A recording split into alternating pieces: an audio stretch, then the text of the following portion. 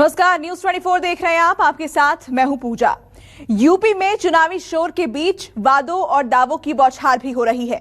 चुनावी महामुकाबले में बाजी अपने नाम करने के लिए नेता सम्मेलन और सभा के साथ साथ यात्राएं भी निकाल रहे हैं।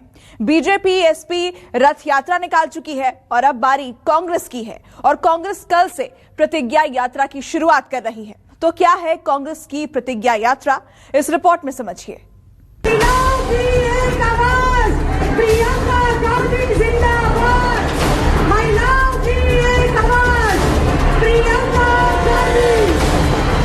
देश की हर एक महिला के लिए है जो बदलाव चाहती है, जो न्याय चाहती है, जो एकता चाहती है।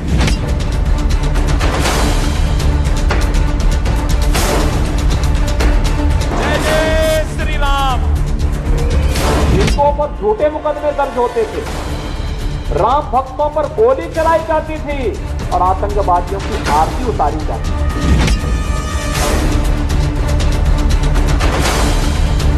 जनता के बीच में विजय रथ के माध्यम से जा रहे हैं, जिससे उत्तर प्रदेश से भारतीय जनता पार्टी का सफाया हो। सभी जिलों में हमारी ये परिवर्तन, सामाजिक परिवर्तन यात्रा चलेगी।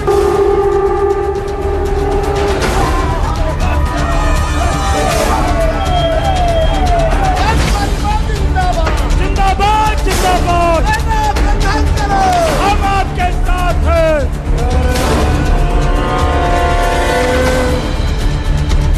सन 2007 की तरह अपनी पूर्ण बहुमत की सरकार बनाने से कोई भी ताकत रोक नहीं सकती है। यूपी का चुनावी महामुकाबला भले ही अभी शुरू होने में वक्त है, लेकिन सियासी दिग्गजों ने अपनी जीत के लिए फील्डिंग पूरी तरह से सजा दी है। कोई दमदार वादों के जरिए बाउंड्री लगा रहा है, तो कोई दावों के जरिए लोगों को रुझा रहा है, तो कोई रथ यात्रा से महामुकाबला जीतने की कोशिश में है। लखनऊ की कुर्सी की रेस में सभी राजनीतिक पार्टियां अपने अपने हिसाब से दौड़ लगा रही हैं। कोई सम्मेलनों के जरिए सबके पास पहुंचने की होड़ में है, तो कोई रथ यात्रा के जरिए अपनी हाजिरी लगा रहा है। वहीं प्रियंका गांधी भी वोटर्स के साथ प्रतिज्ञा कर रही है ताकि 2022 में यूपी की धरती पर हाथ के पंजे की पकड़ को मजबूत किया जा सके। यूपी के चुनावी घमासान को जीतने के लिए कांग्रेस, बीजेपी, एसपी और प्रगतिशील समाजवादी पार्टी सभी यात्राओं पर जोर दे रहे हैं। प्रियंका गांधी प्रतिज्ञा यात्रा के जरिए यूपी में पार्टी की जमीन तैयार कर रही हैं। लोगों का आशीर्वाद पाने के लिए मोदी सरकार में नए मंत्री जन आशीर्वाद यात्रा निकाल चुके हैं। अखिलेश और उनके चाचा शिवपाल भी रथ यात्रा से मुकाबले में आगे निकलने की कोशिश कर रहे हैं। यूपी में नए तरीके से संगठन खड़ा करने में जुटी कांग्रेस महासचिव प्रियंका गांधी एक के बाद एक दाव चल रही हैं। 40% महिलाओं को टिकट और लड़कियों को स्मार्टफोन, स्कूटी देने के वादे से आगे निकलकर प्रियंका गांधी अब यूपी में प्रतिज्ञा यात्रा निकाल रही है। पूरे यूपी को कवर करने के लिए कांग्रेस 4 चुनावी यात्रा निकालेगी। पहली यात्रा बाराबंकी से शुरू होने वाली यात्रा बुंदेलखंड तक जाएगी। दूसरी यात्रा सहारनपुर से मथुरा तक जाएगी। तीसरी यात्रा वाराणसी से चलकर रायबरेली तक पहुंचेगी। चौथी यात्रा अयोध्या से गोरखपुर तक प्रस्तावित है। इन यात्राओं के जरिए कांग्रेस अपने वादों को लोगों के बीच लेकर जाएगी। प्रतिज्ञा यात्रा से कांग्रेस यूपी के करीब 12,000 किलोमीटर तक पहुंचेगी, जिसके जरिए यूपी की लगभग 89 विधानसभा सीटों पर पार्टी अपनी बात पहुंचाने की कोशिश करेगी। यात्रा के दौरान गोरखपुर में प्रियंका गांधी की एक बड़ी रैली होगी और यात्रा के समापन पर नवंबर में मेगा इवेंट की भी योजना है। प्रियंका गांधी उत्तर प्रदेश के पॉलिटिकल टूरिज्म पर है। उत्तर प्रदेश में 32 साल से कांग्रेस अपने अस्तित्व के संकट से झेल रही। न नेतृत्व था, न नीति थी, न नीयत थी। जिलों में भी कांग्रेस सिमट के रह गई थी। रही बात इन प्रतिज्ञा और इन यात्राओं का, तो एक प्रतिज्ञा वो लेती हैं, फिर भेज देती हैं जो उनके सलाहकार होते हैं हार्वर्ड के, फिर वो कोई दूसरी प्रतिज्ञा लिख कर देंगे, उसको फिर बोलेंगे। मुझे लगता है जो 5-6 प्रतिज्ञाएं उन्होंने की, चुनाव पूर्व हो पाएंगी कि नहीं हो पाएंगी, कि फिर कांग्रेस उसी तरह से रहेगी, क्योंकि नीचे तक कांग्रेस का अस्तित्व लगभग समाप्त हो चुका है।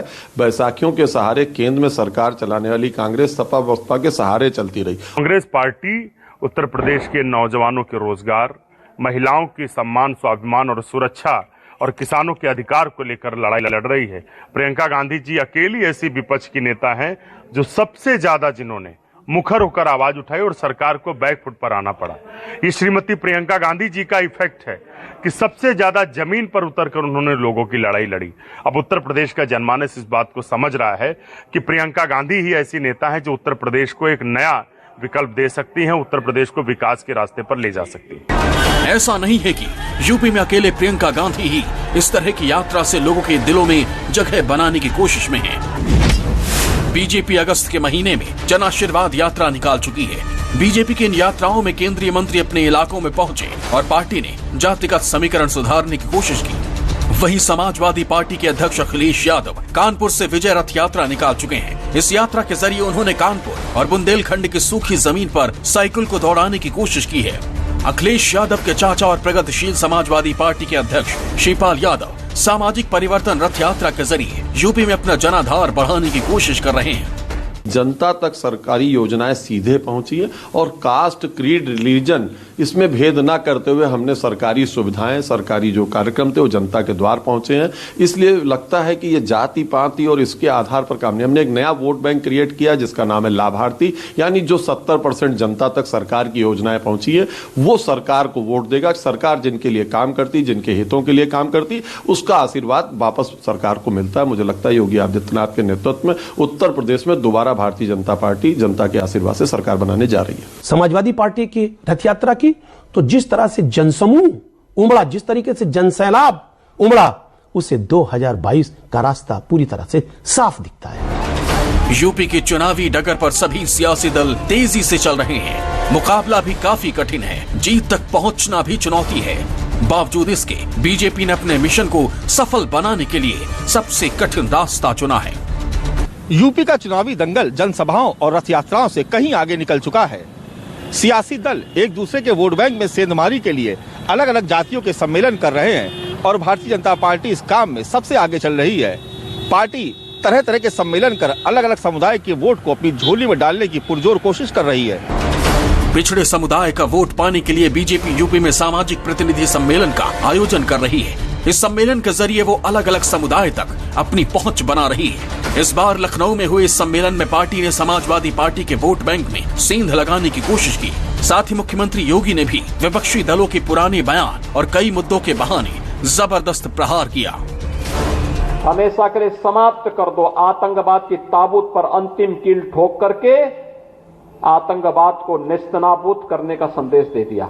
और नहीं तो सपा की सरकार के समय इन आतंकवादियों के मुकदमे वापस होते थे, हिंदुओं पर झूठे मुकदमे दर्ज होते थे, राम भक्तों पर गोली चलाई जाती थी और आतंकवादियों की आरती उतारी जाती थी। क्या ये सच नहीं है क्या? कोई गुंडा, कोई माफिया, कोई पेशेवर अपराधी जबरन किसी गरीब की, किसी किसान की, किसी व्यापारी की संपत्ति पर कब्जा करने का दुस्साहस नहीं कर पाएगा। अगर करेगा तो उसकी छाती पर प्रदेश सरकार का बुलडोजर चलता हुआ दिखाई देगा। साफ है यूपी में चुनावी महाभारत है, तो जीतने के लिए दांव भी चले जाएंगे। नए नए हथियारों का इस्तेमाल होगा, बयानों के धार से विरोधियों पर वार भी होगा। लेकिन ये सब अभी सियासी दलों का ट्रेलर है, क्योंकि जैसे जैसे मुकाबला आगे बढ़ेगा यूपी को नई नई चुनावी फिल्म भी देखने को मिलेगी।